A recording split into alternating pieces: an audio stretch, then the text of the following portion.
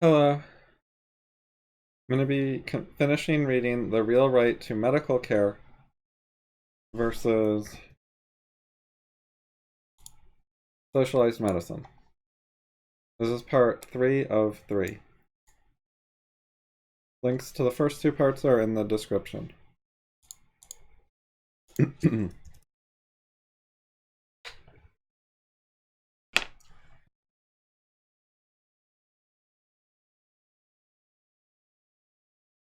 Hi, Justin.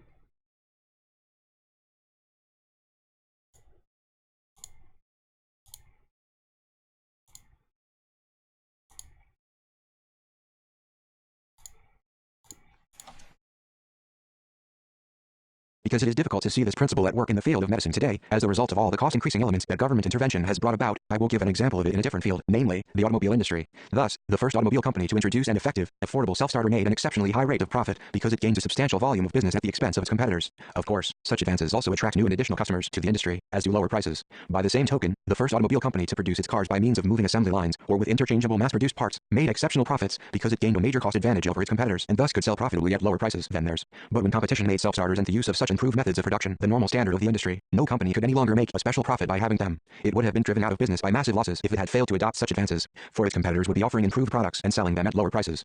The ultimate effect of the process was simply that the consumers got better automobiles at lower prices. An additional effect of the process was that to go on making a high rate of profit, it was necessary for an automobile company to introduce further such innovations, with the result that the consumers got progressively better automobiles at progressively lower real prices.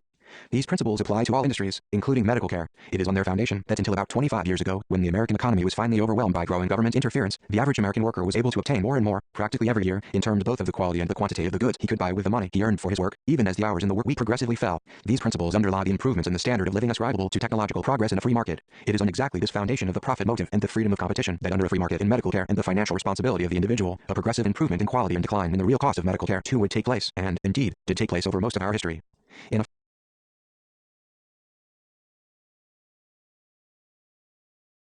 The basic idea here is that profits fade away over time. If you're making a profit now, it's not going to go on forever automatically.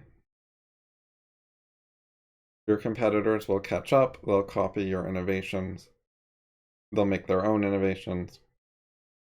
If you don't come up with further improvements, if you just keep selling the same thing every year, your profits are going to go down over time as your competitors do better relative to you, because you're not making any progress, but some of them are. Or even if all your competitors do is catch up to you and copy you and do exactly the same thing you're doing, then no one's going to make significant profits. Because you're all selling the same thing and competing with each other, and if you're not going to out-feature them or whatever, you're going to have to compete on price. Brand loyalty isn't going to do everything for you when your products are identical and they're selling at a lower price.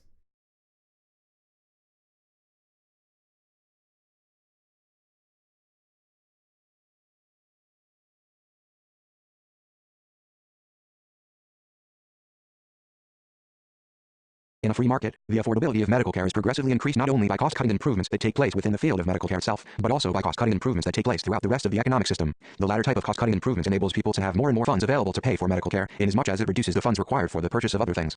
Within the field of medical care itself, cost-cutting improvements take place by virtue both of labor-saving improvements and by virtue of the kind of progress in medical technology and improvements in medical equipment that make it possible for people of lesser intelligence and education to accomplish results that previously only people of greater intelligence and education could accomplish. A recent example of the first type is that of the development of fiber optic technology and its application to surgery, which has made it possible to perform various surgical procedures on an outpatient basis rather than requiring more or less extensive hospitalization. Similarly, again and again, the development of improved pharmaceuticals accomplishes major reductions in the need for hospitalizations and surgeries. Examples of the second type are the development of various forms of equipment of a kind that can be operated and whose results can be interpreted by people of far less intelligence and education than is required by physicians. Such developments, in making the time of physicians available for other things, are virtually equivalent to an increase in the supply of the scarce talents physicians possess.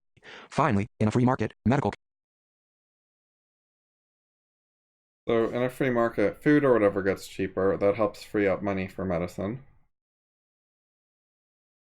And we get better medical tools and so on.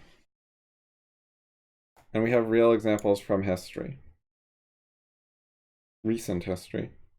Finally, in a free market, medical care is purchased by each individual patient only when and to the extent that the apparent need for medical care outweighs its cost. At every step of the way, starting with the initial decision of whether or not to seek medical care in the first place, the course of treatment is determined in the light of the cost of the treatment and the patient's financial circumstances. The various treatments are ordered only when the patient's need for them is deemed clearly to exceed the impact on his life of having to meet their cost. Always, the standard is the individual patient's life, the extent of the likely impact on his life of his medical condition versus the extent of the impact on his life of his having to pay the cost of improving or safeguarding his medical condition. It is serving the individual patient's life that the various medical providers are focused on in a free medical market. The fact that they include in their focus the cost of the various aspects of medical care in relation to the patient's financial resources is an essential part of adhering to the standard of what serves the life of the individual patient. It is what prevents the wasteful, uneconomic use of medical care in his individual case. That is, it is what prevents medical care from encroaching unduly on the satisfaction of the patient's other needs, which he also must meet in order to live. A dramatic example of how considering the cost of medical care in relation to the patient's financial resources is part of the physician's role of serving the patient's life is the case of MRI examinations. On the one hand, such examinations could apparently make possible the detection of brain tumors at an extremely early stage, and thus they are having a far greater likelihood of being rendered harmless. From this perspective, it would be desirable for an MRI examination to be part of a routine annual checkup. At present, however, the cost of such an examination is approximately $1,000. Thus, whether or not an MRI examination as part of a routine annual checkup can in fact be said to promote a patient's life in any given individual case can only be determined on the basis of a knowledge of the patient's financial resources. If he earns an income of $1 million a year, say, then most likely such an examination should be part of his routine annual checkup. The alternative goods and services that he has to forego to have the funds available to pay for it represent only 1/1000th of his very considerable income, and his remaining income will still allow him to provide to a very great extent for the satisfaction of all of his various wants. In his case, the alternative goods or services he must forego are perhaps merely the difference between a first-class seat and a business class seat on one of his plane trips, or substituting a few days at a very luxurious resort for a few days at an extremely luxurious resort. By giving up such relatively modest alternatives, he is in a position greatly to decrease the likelihood of his ever dying from a brain tumor. Even though that likelihood is extremely small in the absence of evidence to suggest that he may actually have such a tumor, such an individual probably should have a regular MRI examination. In contrast, if the annual income of an individual were only $10,000, then it would be nothing less than insanity for him to have routine annual MRIs. In his case, the consequence of such a choice might be that he would have to go hungry through the year in order to avoid what is actually a very minor risk. Because of the consideration of cost in the individual case, it is impossible in a free market for a runaway increase in expenditures for medical care ever to take place. That, as I have shown, is strictly the result of government intervention in the medical market, specifically, the collectivization of medical costs. So costs don't just spiral out of control in a free market because people make decisions about what medical care is worth it versus what else they can afford with their incomes. So while some very rich people might be willing to pay very high prices for the latest medicines, most people will only want to buy the more affordable medicines unless they have a major problem. If there's a major indication that someone has a brain tumor, then they'll be willing to pay $1,000 for a scan, even if they have a lower income. But most of the time they wouldn't be willing to pay that unless there's a compelling reason to.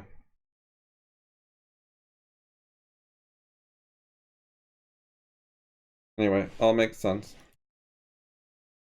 In a free market, the cost of medical care to the individual does not limit his ability to have essential medical care to nearly the same extent as it does his ability to have wasteful or uneconomic medical care. In large part, this is because physicians and hospitals are entirely free to practice price discrimination. That is, to charge lower fees to poorer, lower-income patients than to wealthier, higher-income patients for the same services or for services that do not differ nearly to the same extent as the fees charged. This practice, and the extent of the difference in fees and in service provided, is essentially comparable to that of today's airlines and to the difference in charges in service for the various classes of airline passengers. It is to the financial self-interest of free market providers of medical care to practice price discrimination for the same reason that it is to the financial self-interest of the airlines to do so, namely, in order to be able to reach a wider market. The lower fees serve to make essential medical care available, but are high enough to prevent the wasteful, uneconomic use of medical care. Right, so price discrimination is important. It lets some people who have more money to spend get extra stuff, and everyone pays enough not to waste it. And it lets some people get cheaper stuff, which fits their budget and is good enough that they still want it. And medical care should work that way too, with some like extra premium services for the rich people who are willing to pay a lot and don't really care about the price. And then, good services for people who can pay that much. And then some toned down, but definitely not free services for people who can afford that. And then everyone sort of gets what they pay for. And in general, with that kind of thing, the cheaper levels are a better deal. You get like most of the value. What rich people will do is they'll pay double to get something that's 10% better. The reason they'll do that is they don't have enough things to spend their money on.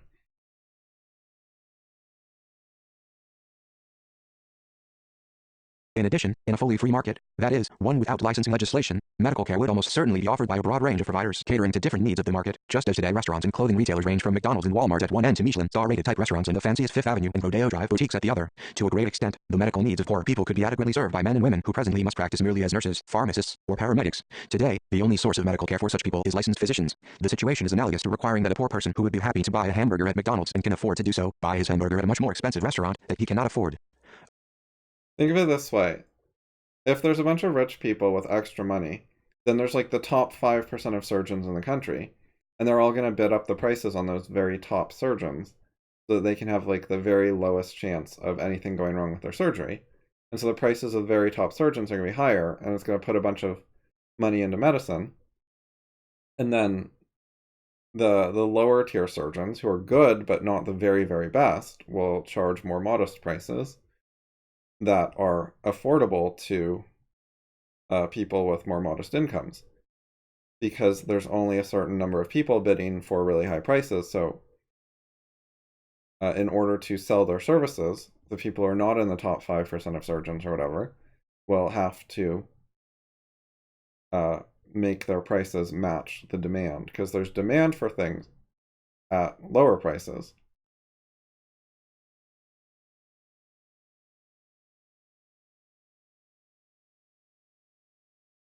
There's some rich people who would prioritize the very best surgeon over a lower price.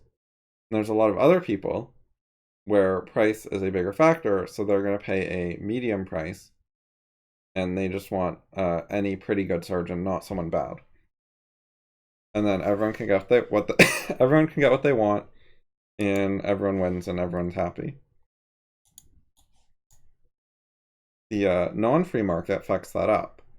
It makes it harder for people to buy things that fit their financial situation, that fit how productive they've been in their life, and then how much productivity they can get in exchange for that out of medical providers. Socialized medicine makes it hard for rich people to spend a lot of money to get slightly better care.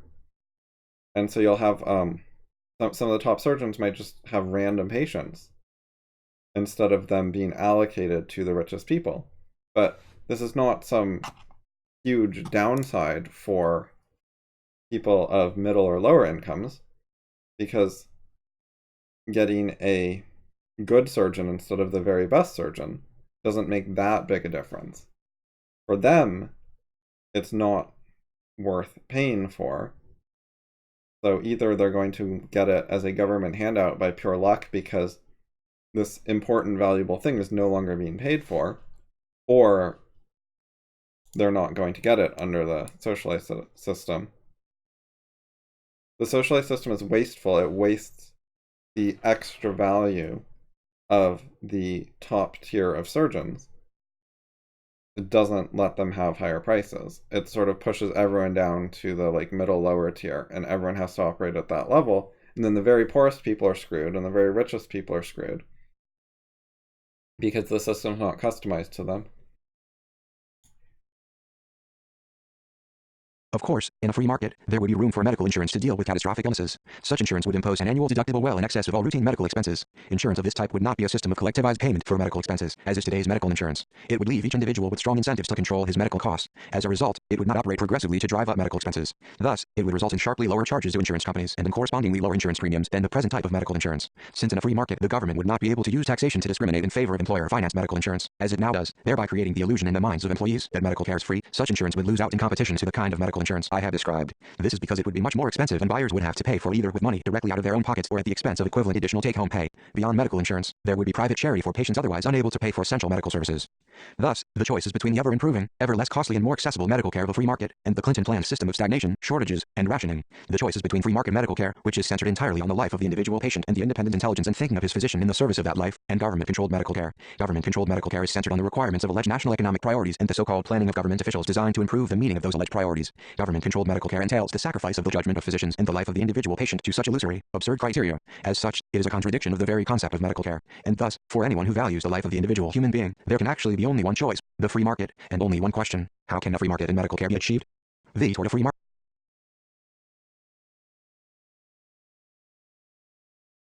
If you understand economics, you should already basically be able to figure this stuff out. Like, it's not a very complicated application of economic principles.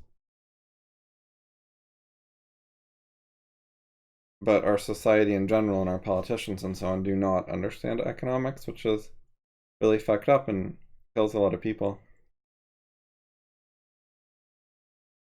Toward a free market in medical care.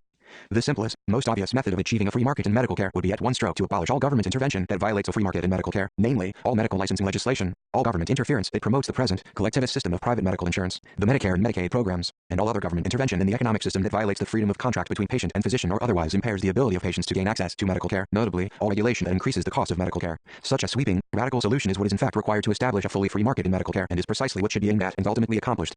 Unfortunately, it is rarely if ever the case that such a sweeping program of change can be adopted all at once. Thus, a less radical, more gradual process of reform must be devised. Here, the radical, sweeping program of reform still plays an essential role. It serves as the standard for all lesser measures of reform operating in the direction of the establishment of a free market in medical care. The degree of movement in this direction is the measure of political progress in the field of medical care.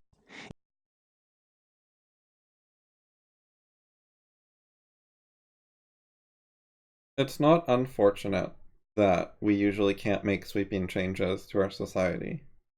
That's important. It's a defense mechanism. It helps keep Obama from making sweeping changes. It limits the harm of errors. Making changes in a more gradual way makes it easier to see the effects of part of the changes and possibly roll them back. So in the general case, it's good that we don't just change everything overnight. It's very disruptive to make huge changes. We have to be very careful with them and take our time with them.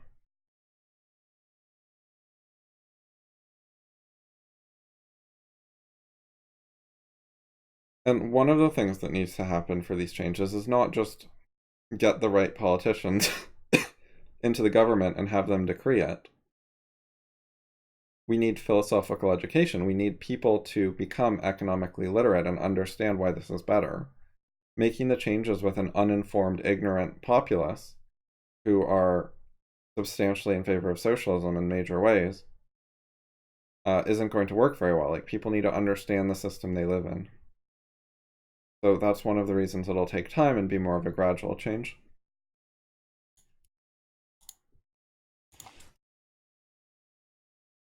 In the present circumstances, the focus of free market reform in medical care must be on the plight of the uninsured. Namely, what specific steps toward a free market in medical care could be taken in the near future that would substantially reduce the cost of medical care to uninsured individuals, or to individuals possessing medical insurance but who have not yet met their deductible. From now on, for the sake of brevity, when I speak of the uninsured, I should be understood as also including everyone whose insurance does not yet apply because their deductible has not yet been met. If such reform could be successfully implemented and medical care thereby made substantially more affordable, the present, collectivist system of private medical insurance might effectively be ended, or at the very least greatly reduced in its significance.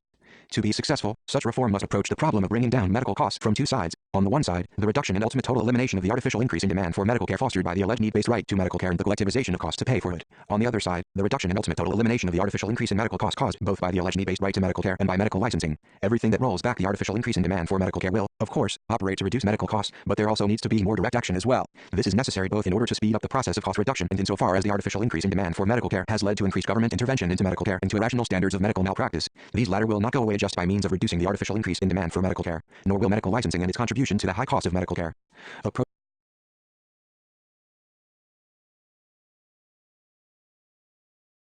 Okay, so he's talking about how to reform things. And he says start with the people who are actually paying market prices, basically.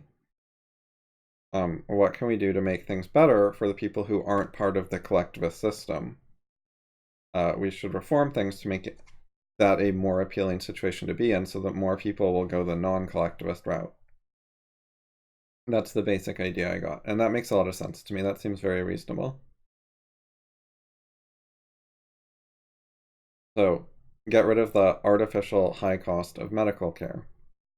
Make it more affordable to people who just want to buy it, just like they go to the grocery store and they're like, I want to buy some groceries.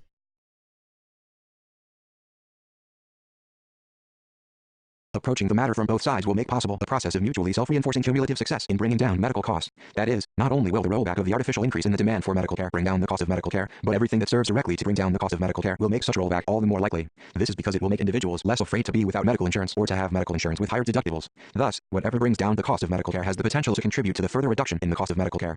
The first thing that needs to be done to roll back the artificial increase in demand for medical care is to make a relatively minor reform in the income tax system, namely, that employees should have the right to receive the money paid by their employers for medical insurance on their behalf as tax-free take-home income instead. This would make employees realize that effectively they paid the cost of their medical insurance, even if the employer continued to pay insurance premiums on their behalf. This is because the individual employee would know that he could have the money his employer paid on his behalf in his own pocket if he wished, so that the situation was the equivalent of the employer taking money out of the employee's pocket and using it to buy medical insurance for him.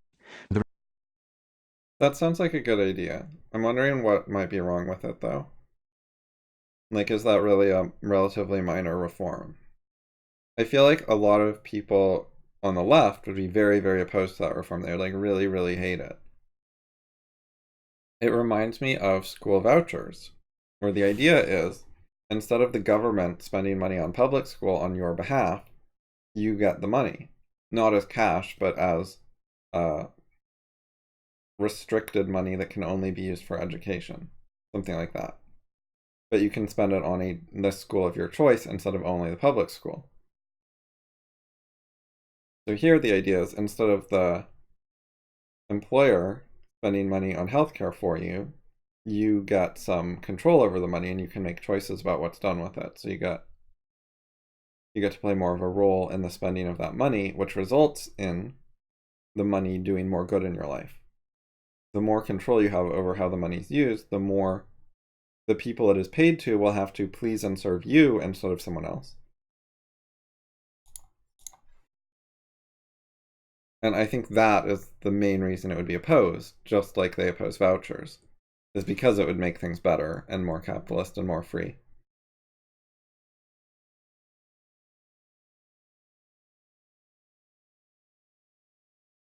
Yeah, it seems pretty harmless to employers. It's the same amount of money for them either way. The result of this arrangement would be that employees would have an incentive either to have no medical insurance at all or much less expensive medical insurance, such as a medical insurance policy with a high deductible, significantly in excess of all normal, routine medical expenses. Policies of this kind, carrying very high limits of coverage, are available at a cost of about $2,000 per year for a family. See John C. Goodman and Gerald L. Musgrave, abridged, paperback edition, Patient Power, Washington, D.C., Cato Institute, 1994, pages 89-90. This is much less expensive than today's typical type of coverage. It is noteworthy that with $5,000 of tax-free income, the purchase of such a policy would enable the individual worker to have an amount of tax-free take-home income left over equal to the typical $3,000 deductible on such policies, should he need it for medical expenses. Even though much less expensive, at present there is insufficient incentive to purchase this type of insurance policy, because if an employer did so and passed the savings along to his employees, the gain to the employees would come only after paying taxes on the amount of the cost savings. In other words, present-day tax policy literally taxes savings in the cost of medical insurance. The elimination of this tax would greatly promote the purchase of the more economical, high-deductible medical insurance policies. The resulting reduction in the demand for medical care, based on the fact that individuals would have to meet all of their routine medical expenses out of their own pocket, would make a substantial contribution toward reducing the cost of medical care, one that would become greater as time went on. The Cato Institute are in lots of ways the bad guys who are working against freedom and capitalism and so on. They're very dangerous because they masquerade as representatives of ideas like mine while actually betraying them.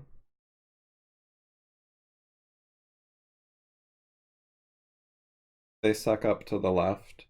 They're for open borders. They've come up before. You can search.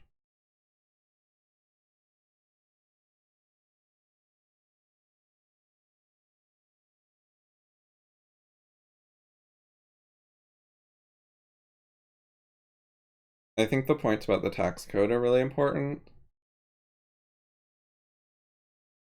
That the government essentially is taxing people for making more economically efficient decisions.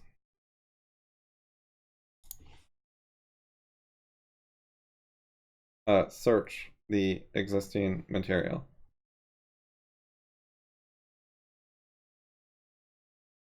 The second thing that needs to be done to roll back the artificial increase in demand for medical care is to require that unless they can demonstrate the lack of means, individuals covered by Medicare be required to pay a substantial deductible before their coverage under the program begins, and then to make a continuing co-payment of a significant percentage of all costs beyond some maximum limit. I do not think that retired individuals in a position to pay for medical care can legitimately claim that the very small percentage of their incomes which they have paid up to now as Medicare taxes, namely 1.45% for the last few years, 2.9% when employer contributions are counted, entitles them to free medical care for the rest of their lives.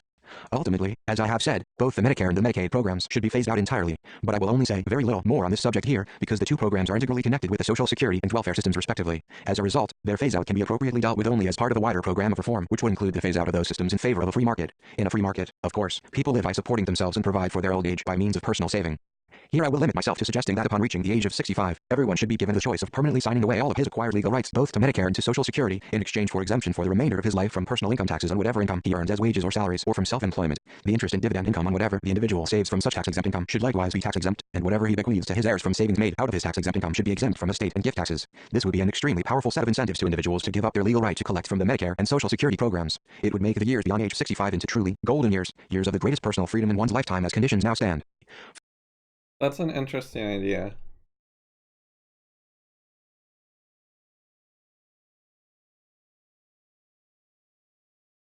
I like the idea. Give up a bunch of government benefits and save a bunch of taxes if you work during retirement years.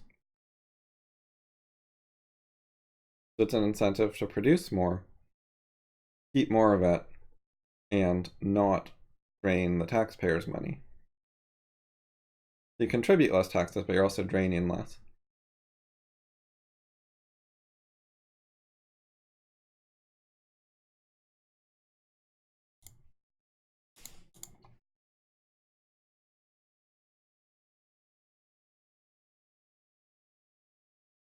It would have certain problems, like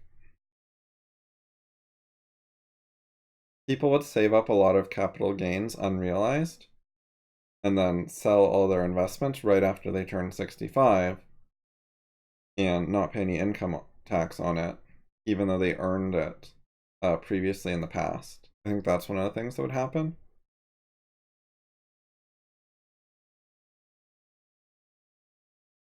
Similar, I think people would say with inheritance taxes that it's not fair that people would be able to get out of taxes on the money they accumulated before they were 65, and there would be no inheritance tax on that previous money because they gave up their Social Security after they were 65. So it doesn't quite like match the trade-off. Like I see the argument for what you do after you're 65 you don't pay taxes on, but there would be like loopholes where people would essentially be avoiding taxes on things from before they were 65 that cause taxes at a later date. So it might need some adjustments.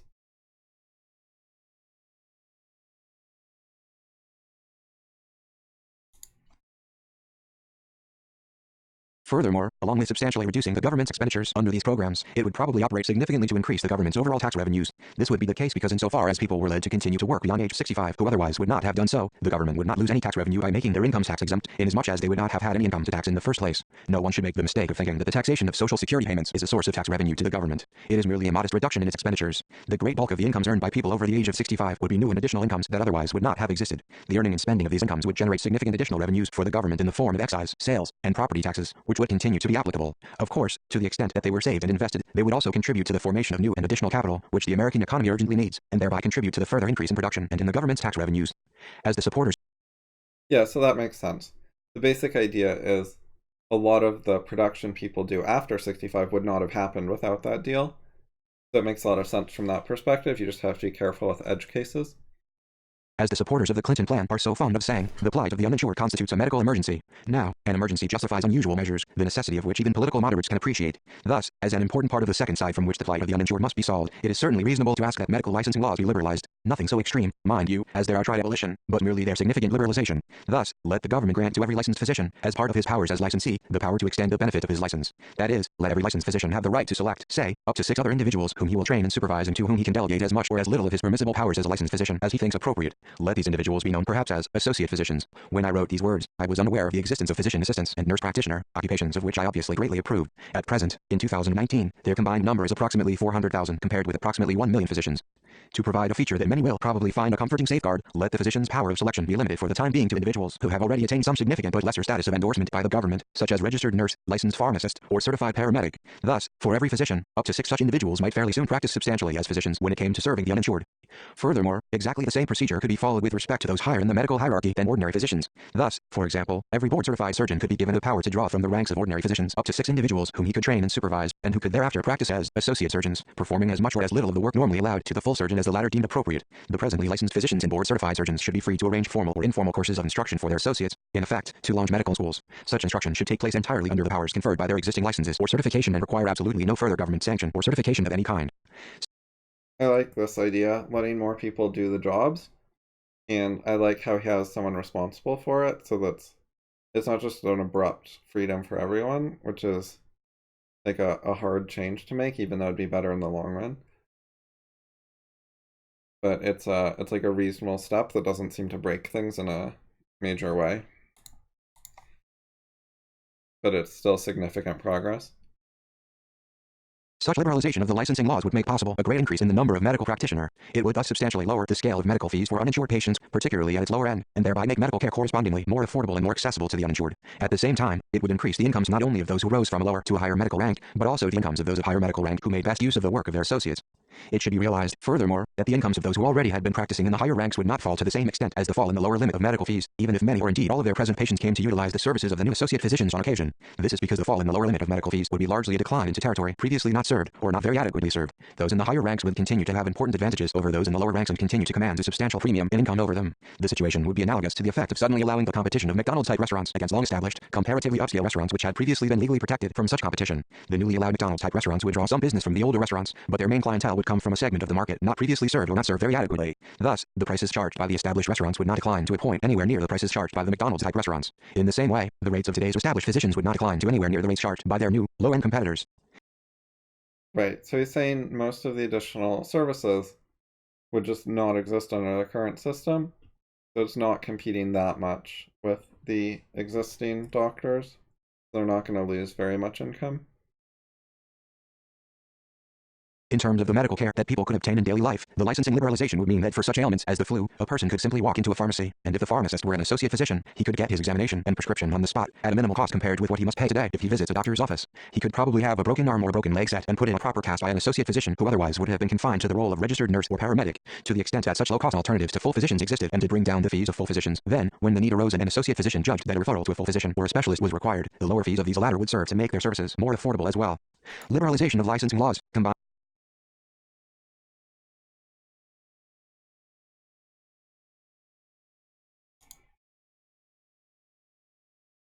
Well, some so-called objectivists want that. But yes, if you want actually open borders, you need to take steps like reducing the welfare state. Otherwise, you're inviting in new people to mooch off your welfare state, which causes problems. You can't just have unlimited immigration while having a massive welfare state. It will get looted. So, step by step. It's similar to drug legalization. If you're going to make a bunch more drug use legal, you need to first reduce government services for drug addicts. Stop giving away so much free stuff to the people who abuse drugs. If you just continue to pour welfare money and subsidies into drug use, and then also you make it legal to use drugs, you're going to create a big problem.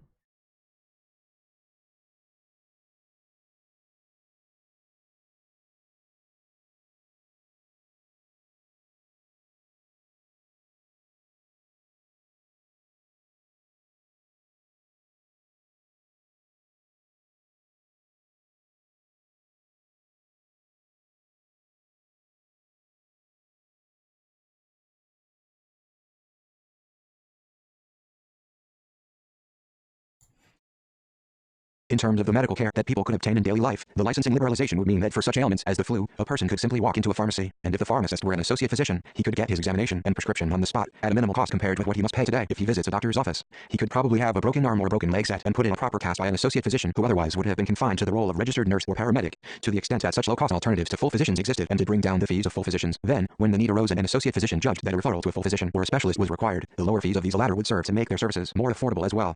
Liberalization of licensing laws, combined with other critical reforms pertaining to the freedom of contract and the rational right to medical care, has even greater potential to bring down costs for the uninsured when it comes to hospital stays. As I have indicated, today's $1,000 or even $1,500 per day hospital rates are essentially an outlandish hotel room rate with meals, routine nursing service, medications, and hospital supplies included, but virtually nothing else. In most places in the United States, a first-class hotel room on a double occupancy basis can be had for less than $75 per person per day, often for substantially less. Food that is far better than most hospital food can certainly be had for less than $50 a day per person. Taking the current hourly rate for a registered nurse as $25 and allowing for round-the-clock nursing service at the very liberal ratio of one nurse for every 3 patients, the daily nursing cost amounts to $200 per day per patient, allowing as much as another $75 per day for medications and equipment rentals, and yet a further $100 a day per patient to cover the cost of all kinds of standby equipment and personnel. The total cost of the equivalent of a semi-private hospital room works out to be in the neighborhood of $500 per day at the utmost. With some efforts at economy, this cost could undoubtedly be considerably reduced without too great difficulty.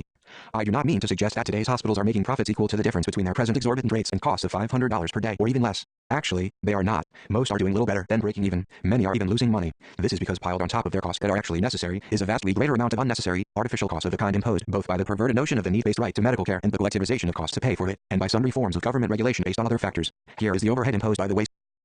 By liberal, he means classical liberal. Actual liberalization, not socialization.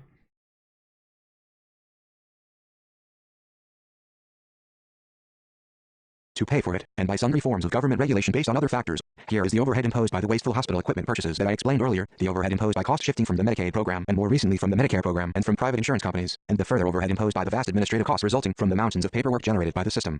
Here also are the costs imposed by having to meet the requirements, frequently as expensive as they are bizarre, of government agencies such as the EPA and OSHA. Here also are such costs as those imposed by the wage scales and feather-bedding practices of hospital labor unions, which in turn rest on the support of the National Labor Relations Board, and which, in the case of today's hospitals, have operated largely in the face of lack of buy resistance. All in all, today's $1,000 to $1,500 a day hospital rates rest on a foundation of $750 to $1,000 a day in unnecessary costs in addition to well below $500 a day in necessary costs.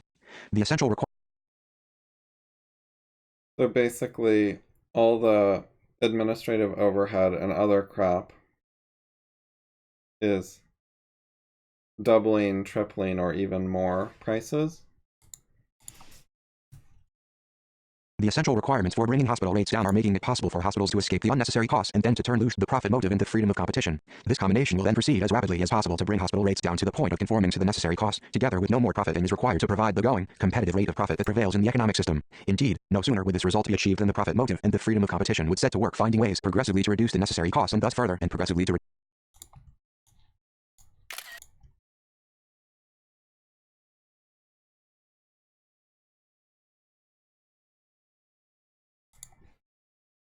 The essential requirements for bringing hospital rates down are making it possible for hospitals to escape the unnecessary costs and then to turn loose the profit motive into freedom of competition. This combination will then proceed as rapidly as possible to bring hospital rates down to the point of conforming to the necessary costs, together with no more profit than is required to provide the going, competitive rate of profit that prevails in the economic system. Indeed, no sooner would this result be achieved than the profit motive and the freedom of competition would set to work finding ways progressively to reduce the necessary costs and thus further and progressively to reduce hospital rates.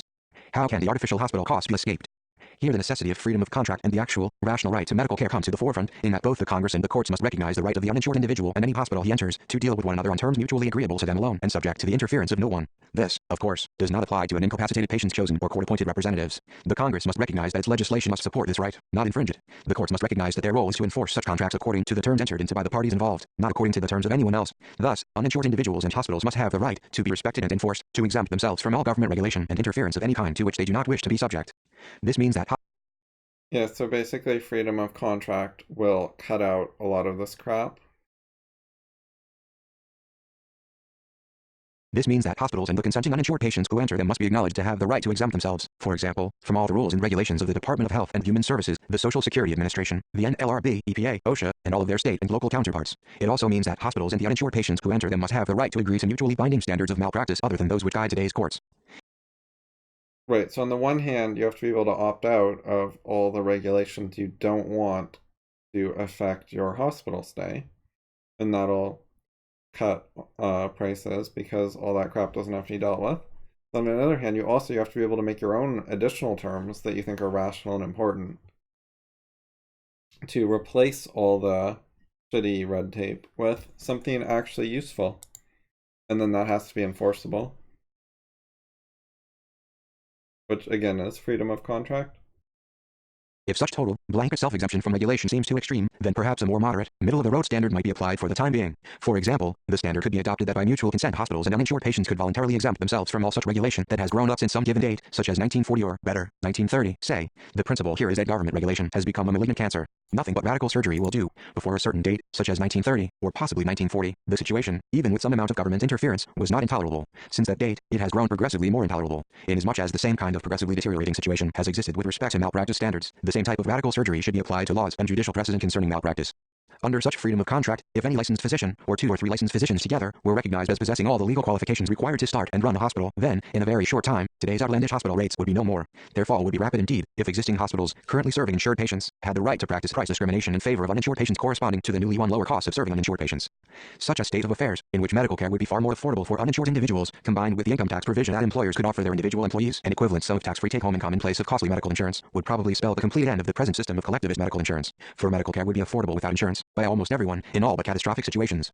In order to carry out the kind of reforms I have described, a simple blanket act of Congress announcing a standard concerning exemption from regulation in terms of a broad principle may be inadequate. It may be necessary to repeal hundreds or even thousands of specific federal and state regulations in numerous specific federal and state laws, or at least to amend them so as to exempt medical care from their operation. To this end, Congress could empower one last regulatory type agency, the deregulation agency. Its powers would supersede those of any regulatory agency and the acts of state legislatures, as do the powers of today's regulatory agencies. In sharpest contrast to all regulatory agencies, its powers would be limited to the repeal of existing regulations, including the narrowing of their scope and conditions in which their total repeal was not yet possible. It would have no power to enact any new regulation.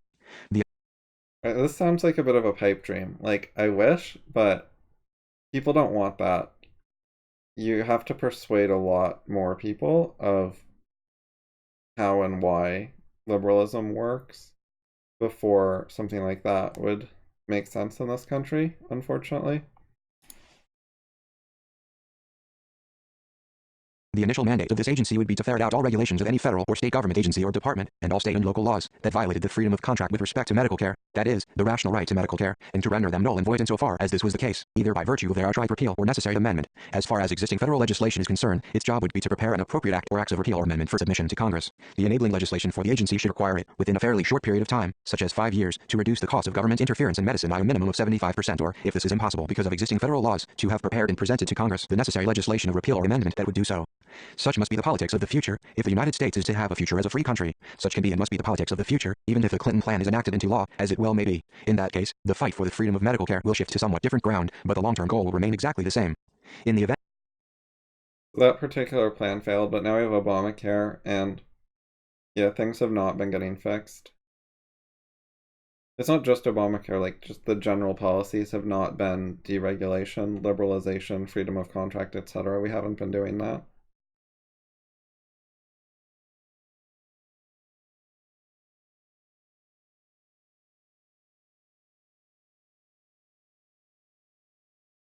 There are a lot of problems in the world. This is not, unfortunately, the biggest one. And not many people are doing productive things to fix the problems, because not many people understand the works of Ayn Rand and Ludwig von Mises, among others. Not many people are willing to study those things until they actually get it and do rational methods of study that test their understanding instead of just, I read it and I think I understand it. But finding ways to actually check whether you do or don't understand it.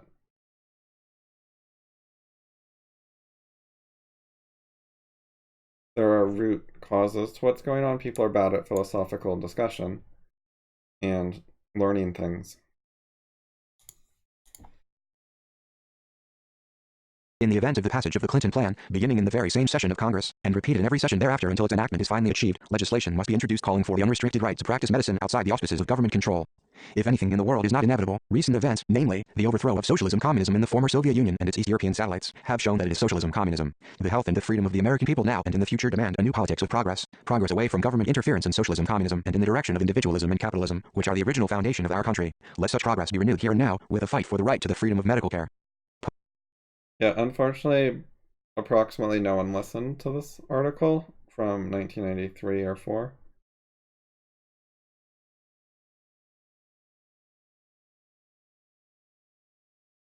People are bad at reading things and understanding what they say and figuring out if they're true or not. They don't know how to do that and how to organize it. How to do sort of broad scale truth seeking. Well, individually or in large groups, they don't know how. So you can be right and then just get ignored because there's no processes in society where many people notice when you're right or can tell the difference. So better philosophy needed. Postscript, 1994. As the second printing of this essay goes to press, the Clinton plan has been defeated. As a result, the supporters of socialized medicine now appear to be turning to a more explicit form of socialized medicine, namely, the so-called single-payer plan, under which the government, state or federal, becomes the payer of all medical bills. A version of the single-payer plan is on the ballot in the state of California as a voter initiative. It should be obvious that the single-payer plan is nothing but Medicare or Medicaid for everyone, and that it will be accompanied by the same kinds of failure as those alleged remedies for the destructive consequences of still earlier government intervention in medical care. At whatever level of government it is applied, the single-payer plan will mean that government officials decide what medical care is available and to which categories of citizens. Just as under the Clinton plan, the individual citizen will be deprived of the vital right to act to serve his life by buying the best medical care he can obtain from willing providers. The logic of the situation implies that the citizen will be deprived of this right not only with respect to the taxes he is forced to pay to support socialized medicine, but with respect even to funds he is prepared to pay over and above his taxes, for the purpose of obtaining medical care. This is because an essential purpose of the government in enacting socialized medicine is to contain costs. As a result, the government cannot allow the competition of a quasi-free segment of the market, which would both drive up the prices that constitute the cost of providing medical care and also draw away the doctors and other essential means of providing it. Thus, as in Canada, the government will be driven to prohibit the existence of any quasi-free segment of the market. People will have to take the medical care it decides they can have, period. Of course, if the system is adopted in only one or a few states, many of the citizens of those states will still have the ability to cross over into neighboring states to obtain medical care, just as many Canadians today cross over into the United States to obtain medical care. By the same token, many of the better physicians will be driven to move their practice to states that remain relatively free. Yeah, all this is such a mess. But yeah, when the government wants to control everything, it has to control everything. It can't just allow a market on the side where that market can expand and essentially take over, and then the government won't be in control anymore. Like, it's one or the other. The government can control it or not control it.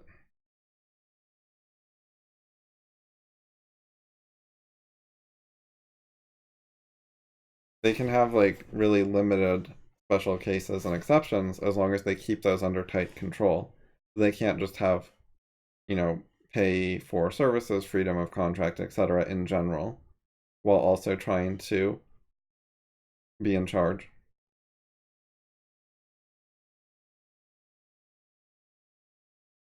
If people actually understood it, they would agree and take productive action. Yes to both. There are no known arguments to counter this. There's no rational way to disagree. Like, no one knows counter arguments. So if you understand it enough, you'll know why every existing counter argument is wrong.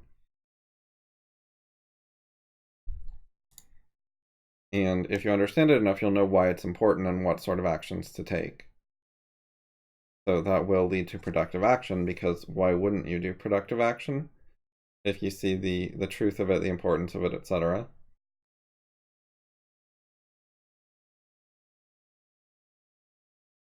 There's no reason not to do that. There's no alternative that makes more sense.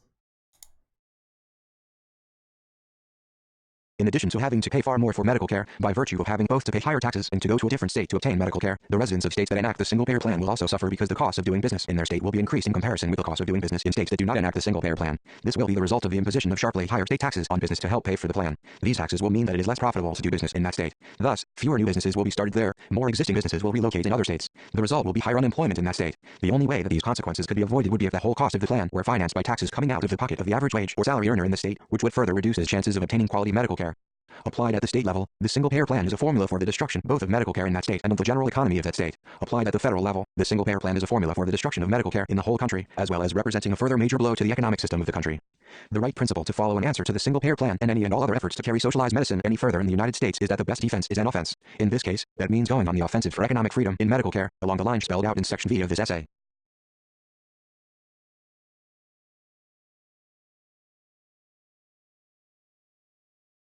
It's a good try. I respect the article. But I think articles of this nature aren't effective enough. There's something missing. They don't address all the problems. Like, more solutions of other types are needed. because most people will not read and understand articles like this. People read books like Atlas Shrugged or Mises books or whatever. They understand very little of it. You can write one of the best books ever written. You can make it very clear, organized, etc., and people will still just massively misunderstand it. And those books do not contain material to solve that problem, to teach people how to read and learn from the book. They don't explain how do you understand this book to people who do not know it. Handing people a book that they don't know how to learn from is not enough to solve the problem.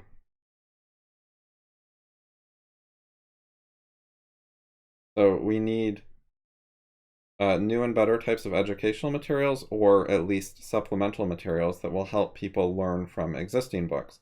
Guides to how to read a book like this, or how to read Atlas Shrugged, or how to read Human Action or whatever, and how to actually learn it effectively so you understand it really well, because that's not what normally happens when people try to read it. So these videos are a small effort in that direction to help people better learn how to learn how to read through something and figure out what it's talking about.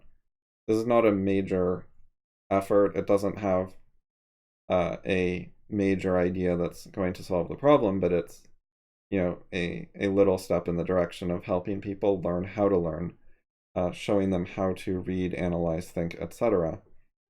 And hopefully they can pick something up from it. If you liked my analysis, there is a bunch more. I have these educational videos reading George Reisman's book on Marxism and Socialism. Now, this book I think is more important, and these videos are higher effort, more try-hard, and generally better in my opinion. And also, fairly similar. So if you liked these videos, these other ones exist and they're good too. Link will be in the description.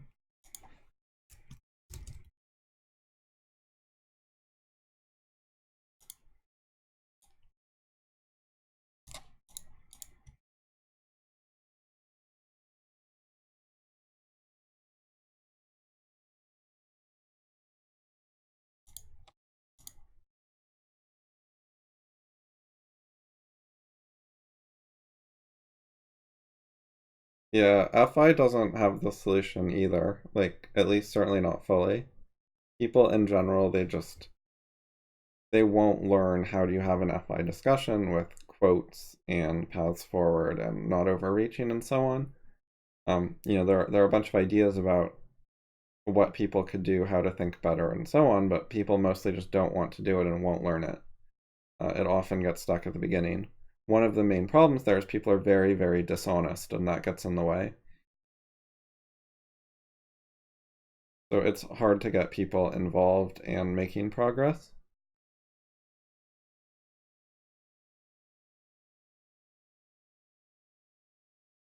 However, other than FI, it's hard to say what else there is that's actually trying to address the problem. These videos, the ones I'm selling, are higher effort than the YouTube streams. That's what I was trying to say. I meant it as a positive.